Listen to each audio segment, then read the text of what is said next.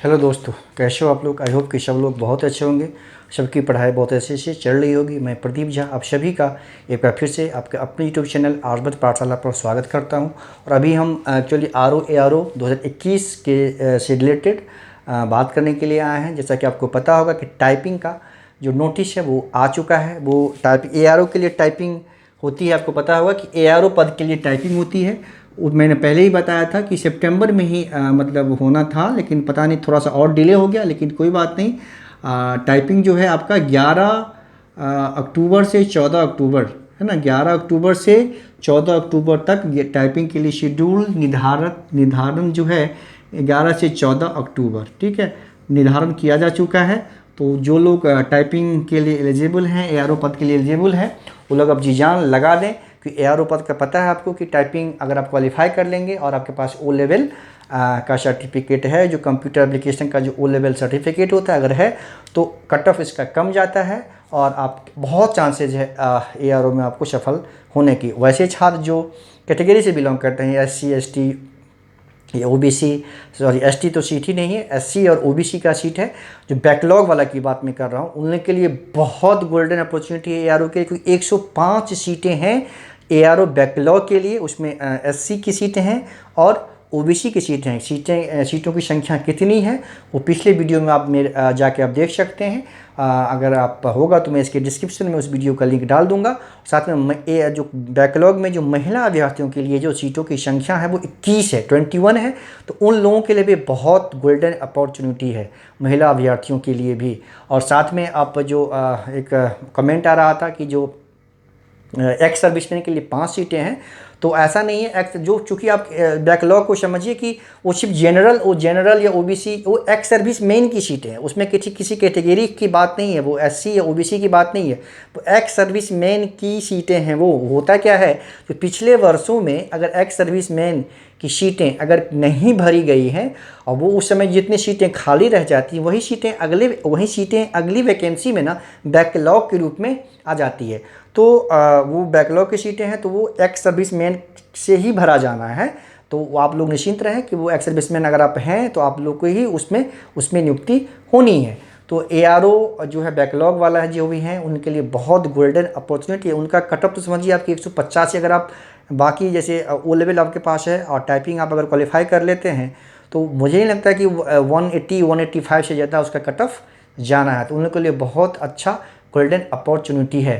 साथ में कुछ दोस्त का कमेंट आ रहा था कि जो ARO लेखा है ना, तो ARO लेखा के लिए क्या है कि आयोग के लिए जो है उसमें O लेवल की डिग्री अनिवार्य नहीं है, लेकिन वही सचिवालय के लिए जो है वो O लेवल की डिग्री अनिवार्य है। ARO लेखा, ठीक है, सचिवालय के लिए O लेवल की डिग्री अनिवार्य है।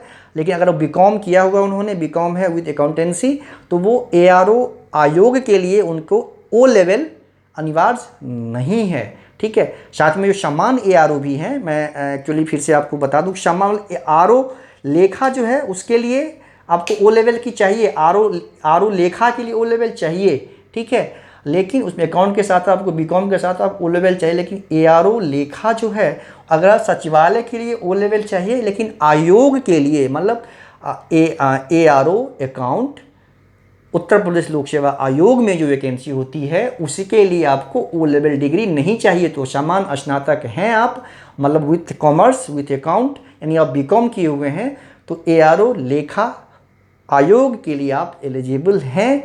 आप निश्चिंत रहें, उसमें कोई कन्फ्यूजन न रखें। साथ में ARO आयोग के लिए भी जो सामान्य पद हैं ARO आयोग के, उसके लिए भी O लेवल की डिग्री अनिवार्य नहीं है। अगर आपको कन्फ्यूजन है तो आप उसका नोटिफिकेशन देख सकते हैं। नोटिफिकेशन जो है आप डालेंगे साइट पे है, उसमें आप नोटिफिकेशन में जो क्वालिफिकेशन है उस कॉलम को खोलिए, वहाँ पे आपको सब कुछ अच्छे से दिख जाएगा सब कुछ। तो उसमें कंफ्यूज नहीं होना है, बिल्कुल भी कंफ्यूज नहीं होना है आपको कि ARO लेखा के लिए जो है एकदम आप एलिजिबल हैं आयोग के पद के लिए। अगर आपके पास O लेवल नहीं है उसके बावजूद आप जो है ARO लेखा के लिए आप एलिजिबल हैं, ठीक है। तो उसमें कोई कन्फ्यूजन आपको नहीं रखना है और अच्छे से आप लोग टाइपिंग कीजिए, जल्दी ही टाइपिंग हो जाएगा।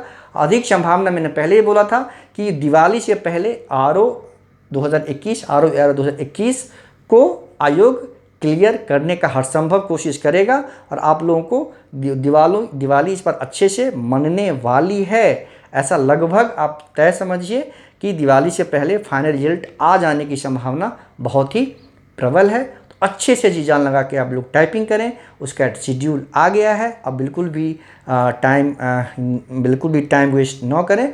अब आपने जो सब्जेक्ट से रिलेटेड जो भी कन्फ्यूजन था, मैंने सोचा कि उसको आप लोग को बता दूं। कुछ लोग छात्र स्टूडेंट पूछ रहे थे कि ARO लेखा के लिए हम एलिजिबल हैं आयोग में कि नहीं है, अगर अकाउंट से किए हुए हैं लेकिन उनके पास O लेवल नहीं है। तो मैंने अभी क्लियर किया कि सचिवालय के लिए ARO लेखा के लिए O लेवल अनिवार्य है, लेकिन ARO लेखा आयोग के लिए O लेवल अनिवार्य नहीं है और वो सिर्फ आपका BCom होना चाहिए। ठीक है, BCom होना चाहिए, तो फिर आप ARO लेखा के लिए एलिजिबल हैं। बस यही सूचना देना था।